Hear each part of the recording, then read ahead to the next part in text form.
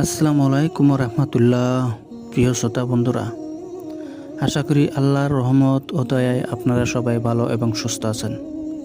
আজ আপনাদের সামনে রাসূল সাল্লাল্লাহু আলাইহি সাল্লামকে আঘাত করতে গিয়ে আবু জাহেলের যে পরিণতি হয়েছিল সেটি আলোচনা করব। রাসূল সাল্লাল্লাহু আলাইহি সাল্লাম ইসলাম প্রচার শুরু করার পর মক্কার কাফেররা তাকে সব দিক থেকে কষ্ট দেওয়া শুরু করে। মানসিক, শারীরিক, এমনকি তাকে হত্যার ষড়যন্ত্র করে তারা। রাসূল সাল্লাল্লাহু আলাইহি সাল্লাম কুরাইশ নেতাদের ইসলামের পথে আহ্বান করার পর তার আহ্বানকে ভালোভাবে নিতে পারেনি আবু জাহেল।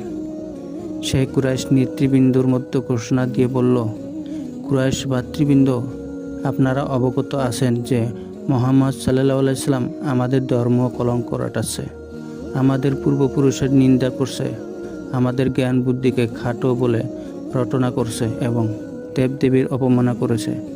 এইসব কারণে আল্লাহ তাআলার শপথ করে বলছি যে আমি এক খণ্ড ভারী এবং সহজেই উঠানো সম্ভব এমন পাথর নিয়ে বসব এবং মুহাম্মদ সাল্লাল্লাহু আলাইহি সাল্লাম নামাজের সময় যখন সিজদায় যাবে তখন সে পাথর মেরে তার মাথা শূন্য করে ফেলব।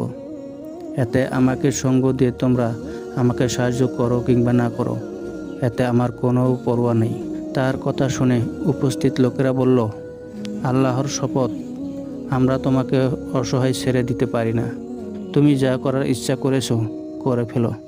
পরদিন সকালে আবু জাহেল ঘোষণা অনুযায়ী এক খণ্ড পাথর নিয়ে রাসূল সাল্লাল্লাহু আলাইহি সাল্লামের অপেক্ষায় বসে থাকলো। রাসূল সাল্লাল্লাহু আলাইহি সাল্লাম যথা নিয়মে আগমন করলেন এবং নামাজে দাঁড়ালেন।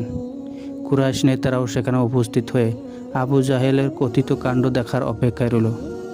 রাসূল সাল্লাল্লাহু আলাইহি সাল্লাম নামাজ শুরু করে সিজদায় যাওয়ার পর আবু জাহেল পাথর উঠিয়ে তার দিকে অগ্রসর হলো, কিন্তু কাছে যেতেই পরাস্ত সৈনিকের মতো কোনো মতো নিজের জীবন নিয়ে সেখান থেকে লেজ গুটিয়ে পালালো।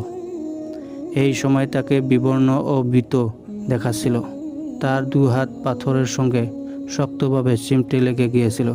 পাথরের গা থেকে হাত ছাড়াতে তাকে যথেষ্ট কষ্ট পেতে হতো।